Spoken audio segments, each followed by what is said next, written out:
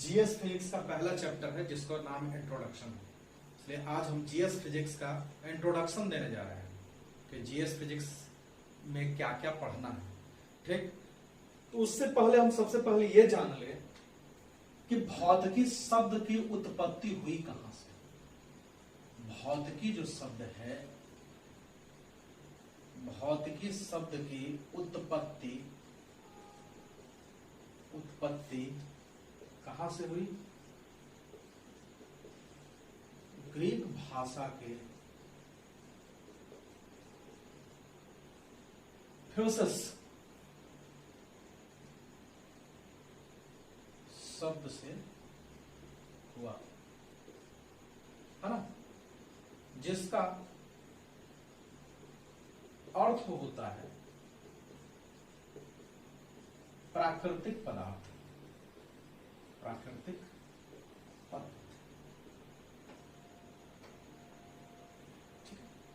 प्राकृतिक पदार्थ। ठीक है, तो ग्रीक भाषा के फ्यूसिस शब्द से हुआ है जिसका अर्थ होता है प्राकृतिक पदार्थ। ये भौतिकी शब्द की उत्पत्ति हुई है। आखिर हमको भौतिकी के बारे में अगर हम डिफाइन करना चाहें तो भौतिकी है क्या?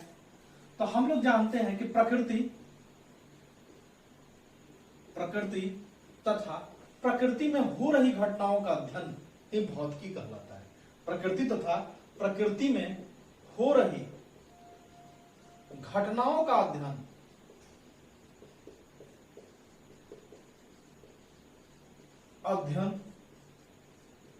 ही क्या कहलाता है? भौतिकी कहलाता है। चलिए आगे का पॉइंट ये कहता है कि बताइए कि भौतिकी में सबसे पहला नोबेल पुरस्कार किनको दिया गया है? यानी कहें तो भौतिकी के क्षेत्र में नोबेल पुरस्कार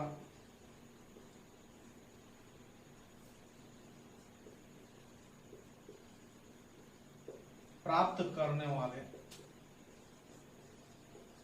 प्रथम व्यक्ति कौन है? तो डब्ल्यू.सी. रॉन्टजेन। ठीक है, डब्ल्यू.सी. रॉन्टजेन को 1901 में नोबेल पुरस्कार से नवाजा गया।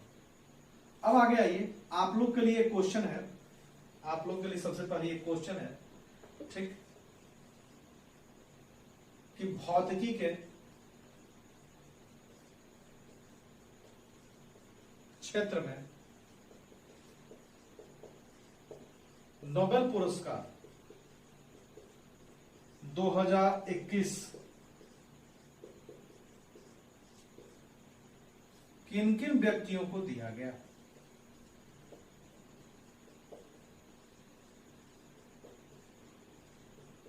ठीक है, इसका आंसर आप कमेंट्स में जरूर दीजिए।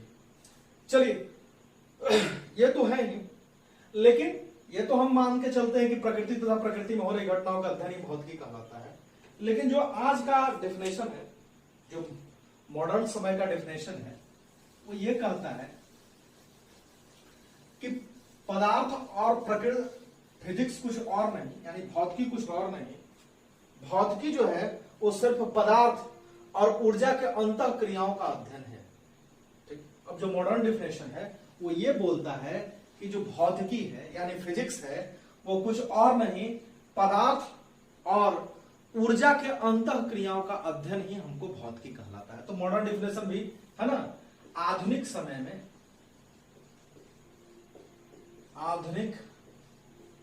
में यह कहा जाता है कि भौतिकी पदार्थ तथा ऊर्जा के अंतः क्रियाओं का अध्ययन है। याद रखिएगा, है ना। आज के समय में कहा जाता है कि अंतर क्रियाओं का अध्ययन ये क्या है हमारा, भौतिकी। ठीक है, अब हम लोग आगे की ओर चलिए। सबसे पहले ये जान लीजिए कि आखिर हमको जीएस फिजिक्स में पढ़ना क्या क्या है। सबसे ज्यादा जरूरी तो वही है कि जीएस फिजिक्स में हमें पढ़ना क्या क्या है, ये देख लें, ये सबसे ज्यादा जरूरी है। बाद में हम भौतिकी को बांटेंगे, डिवाइड करेंगे। सबसे पहले हम देख लें, ठीक, कि भौतिकी में हमको पढ़ना क्या क्या है। ठीक है, यानी जीएस में, जीएस फिजिक्स में हमको क्या क्या पढ़ना है। तो जीएस फिजिक्स में हमको सबसे पहले जो पढ़ना है उसको हम लोग नाम देते हैं जनरल फिजिक्स प्लस साउंड, दोनों मिलाकर। जनरल फिजिक्स कहने का मतलब है सामान्य भौतिकी, यहां पे ध्यान दीजिए, और प्लस ध्वनि। ठीक, दूसरा में है हमारा, ठीक है, जिसको कि हम लोग कहते हैं लाइट, प्रकाश। तीसरा है जिसको हम लोग कहते हैं हीट, ऊष्मा। और चौथा है जिसको कि हम लोग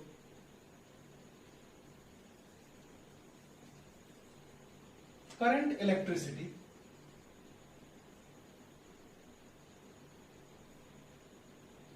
करंट, इलेक्ट्रिसिटी एंड मैग्नेटिज्म, यानी विद्युत धारा, विद्युत धारा तथा चुंबकत्व, ना, मैग्नेटिज्म। लेकिन हम लोग जैसे भौतिकी को डिवाइड करते हैं, ये तो हम जीएस पढ़ने के लिए डिवाइड करते हैं इस हिसाब से, है ना। सबसे पहले हम लोग सुविधा के हिसाब से सबसे पहले हम लोग लाइट पढ़ लेते हैं, क्योंकि आसान चैप्टर है, इसलिए सबसे पहले हम लाइट, जो कि ऑप्टिक्स के अंदर पढ़ा जाता है ना, उसका साउंड पे आ जाते हैं, जिसको एकॉस्टिक के अंदर पढ़ा जाता है, वो हम आगे आपको बताएंगे। उसके बाद फिर जंप करके यहां आते हैं कि सेकंड नंबर में इसको पढ़ लेते हैं, थर्ड में इसको पढ़ते हैं, और फोर्थ में जाकर के इसको पढ़ लेते हैं। वो हम अध्ययन की सुविधा के हिसाब से करते हैं। लेकिन भौतिकी को ऐसे, ये तो हम सुविधा के हिसाब से अपने जीएस फिजिक्स, यानी जीएस पढ़ने के लिए, फिजिक्स का जीएस पढ़ने के लिए हम इस हिसाब से बांट लेते हैं फिजिक्स को, कि भाई सबसे पहले लाइट, इसलिए कि हल्का है तो लाइट को पढ़ लिए, फिर सामान्य भौतिकी और साउंड को पढ़ लिए, है ना, फिर ऊष्मा पढ़ लिए, फिर विद्युत धारा और चुंबकत्व पढ़ लिए। लेकिन क्या फिजिक्स को इसी हिसाब से बांटा जाता है? तो नहीं, फिजिक्स को आज के समय में, आज के परिवेश में दो भागों में सबसे पहले बांटा जाता है। किसको? जीएस फिजिक्स नहीं, सिर्फ फिजिक्स को। ठीक है, तो सिर्फ फिजिक्स को हम लोग कौन कौन में बांटते हैं ये पहले देख लीजिए। ठीक है, भौतिकी में हम लोग आइए, अब भौतिकी को दो भागों में बांटा जाता है। एक जिसको कि हम लोग नाम देते हैं परंपरागत भौतिकी, और दूसरा है जिसको कि हम लोग कहते हैं आधुनिक भौतिकी।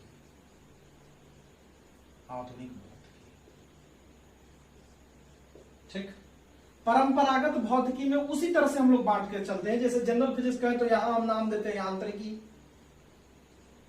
ठीक, दूसरा में हम नाम देते हैं तरंग के अंदर दोनों को पढ़ते हैं, या प्रकाश हो या ध्वनि। तीसरा में हम लोग पढ़ते हैं ऊष्मा एवं ऊष्मागतिकी,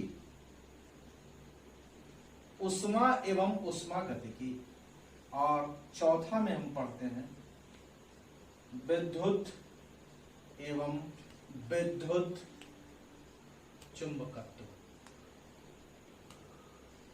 ये तरीका है आपका बांटने का फिजिक्स को। तो ये तो हुआ परंपरागत तरीका। अब आधुनिक तरीके में हम लोग कैसे बांटते हैं, तो ध्यान दीजिए। आधुनिक तरीके में हम लोग किन किन को लेकर के चलते हैं, उसके बारे में हम लोग चलिए कि किस किस हिसाब से हम लोग लेकर के चलते हैं। जैसे हम लोग पहले लेंगे परमाणु भौतिकी।